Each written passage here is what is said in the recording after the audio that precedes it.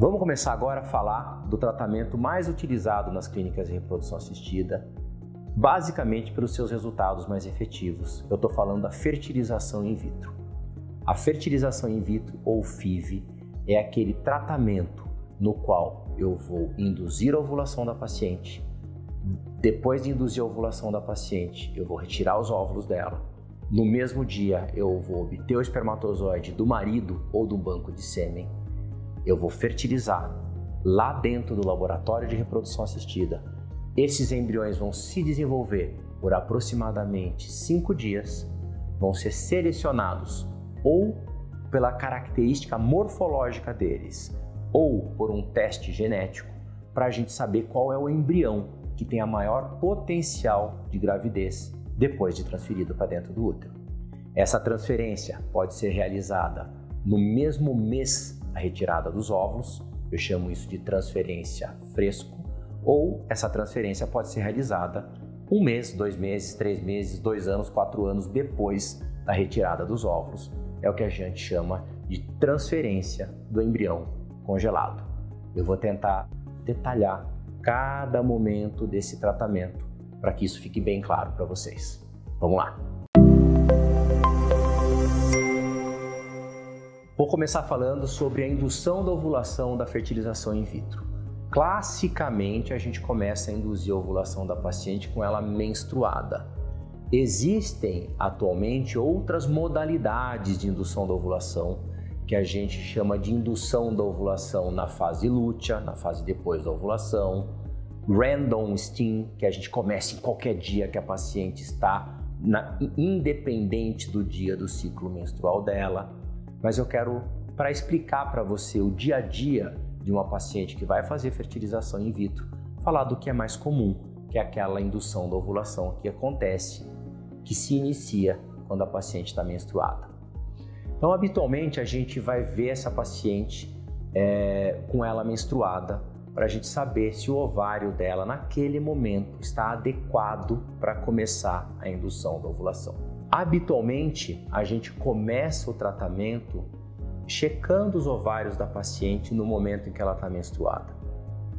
Neste momento, ela vem para a clínica, faz um ultrassom e nesse ultrassom a gente olha para os ovários, vê se tem algum cisto, alguma situação fisiológica que atrapalhe o desenvolvimento dos folículos, avalia o potencial ovariano daquele mês, a gente faz uma contagem de folículos antrais para saber se aquele é o melhor momento para começar a indução da ovulação e ver se o endométrio da paciente está adequado quando eu quero fazer a transferência embrionária no mesmo mês. Muito bem, o ultrassom basal está ok. Aí a gente vai começar a indução da ovulação propriamente dita. A indução da ovulação ela é realizada por aproximadamente 10 a 12 dias. Durante esses 10 a 12 dias após o início da menstruação, classicamente, a paciente vai receber medicações injetáveis diariamente durante esses 10 a 12 dias. Depois de aproximadamente 6 dias do início da indução da ovulação, a gente chama a paciente para fazer o seu primeiro ultrassom. 2 dias depois, mais um ultrassom. 2 dias depois, mais um ultrassom. Esses ultrassons vão determinar o momento adequado de eu começar algum outro tipo de medicação para otimizar a indução da ovulação ou para impedir que a ovulação aconteça precocemente. Vou checar o desenvolvimento dos folículos da paciente e quando eu tiver um bom número de folículos crescendo e pelo menos 2 ou 3 com 18 milímetros ou mais, eu vou determinar que aquele é o momento, é o dia correto para eu aplicar a medicação que vai deflagrar a ovulação da paciente. Habitualmente, a gente aplica essa medicação à noite. A medicação pode ser o HCG ou podem ser os análogos agonistas do GnRH, que vão determinar, depois da sua aplicação, aproximadamente 36 horas depois de aplicada essa medicação, a paciente vai ovular espontaneamente. Como eu sei que ela vai ovular mais ou menos 36 horas depois, 1 hora antes, 35, a paciente vem para a clínica em jejum, faz a sua admissão, vem para o centro cirúrgico, O anestesista vai preparar essa paciente, monitorizar essa paciente. Depois de monitorizada, um acesso venoso, e através desse acesso venoso vai ser feita uma medicação que é o anestésico. Esse anestésico habitualmente é o Propofol. A paciente, 10 segundos depois do início da aplicação do Propofol, começa a dormir. O procedimento da coleta de óvulos é realizada por um período de aproximadamente 10 a 15 minutos. Assim que a paciente começou a dormir, eu faço uma asepsia vaginal. Depois da asepsia vaginal, a gente utiliza o ultrassom transvaginal. Na ponta desse ultrassom, ou no transdutor desse ultrassom, tem uma guia. E essa guia serve para que a gente introduza uma agulha que vai, guiado por esse ultrassom, funcionar cada um dos folículos que ela produziu. Esses folículos vão ser então esvaziados, depois de esvaziados do líquido folicular, né? Esse líquido folicular vai para dentro de um tubinho, esse tubinho vai, através de um dos nossos assistentes, ser levado lá para o laboratório. Esse tubinho lá no laboratório vai para o microscópio. Lá no microscópio, os embriologistas vão identificar o número de ócitos que foram captados e vai me informando durante o procedimento que está indo tudo bem.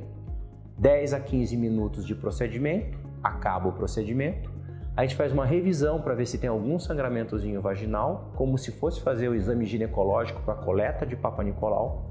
O paciente acorda, ela respirou espontaneamente durante toda a sua sedação. Já conversamos com a paciente naquele momento. Ela vai ser levada para uma maca e direcionada para o quarto da sua recuperação. Quando a gente está fazendo a fertilização in vitro, neste mesmo momento da coleta dos óvulos, o marido vai estar lá na sala de coleta seminal, vai colher sua amostra seminal através habitualmente da masturbação. E quando o marido não produz espermatozoide, normalmente um pouco antes ou um pouco depois da coleta de óvulos dela, ele vem para o centro cirúrgico para se obter esses espermatozoides de uma maneira cirúrgica. Isso pode acontecer normalmente através de uma punção, ou do testículo ou do epidídimo.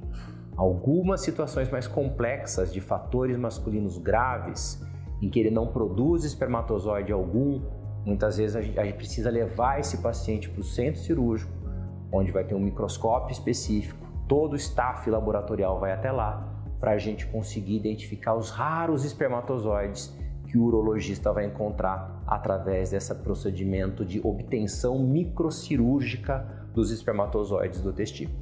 Então, o espermatozoide veio do centro cirúrgico, veio daqui da sala de coleta ou veio da sala de masturbação, vai lá para o laboratório, recebe um preparo especial, vai ser colocado dentro do óvulo através do procedimento chamado ICSI.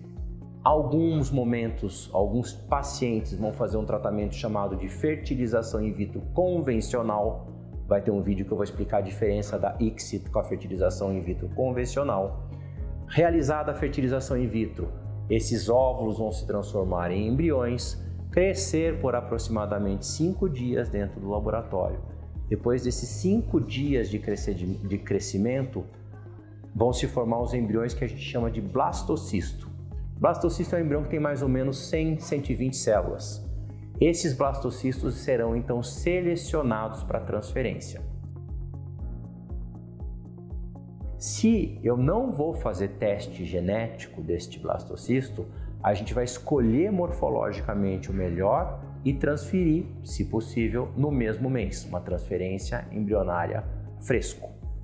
Se eu tiver que fazer um teste genético, ou se hormonalmente a paciente naquele mês não está tão receptiva à transferência do embrião, ou se naquele mês a paciente produziu uma quantidade grande de folículos, no qual ela vai estar em risco de uma situação que a gente chama de síndrome de hiperestimulação da ovulação, a gente vai optar por congelar o embrião. Se congelarmos o embrião, num próximo mês vamos fazer a transferência embrionária. É assim que funciona, de uma maneira bem objetiva, a fertilização in vitro. Espero que essa informação tenha sido interessante. Se você achar legal, encaminhe essa informação para outras amigas e até o próximo vídeo.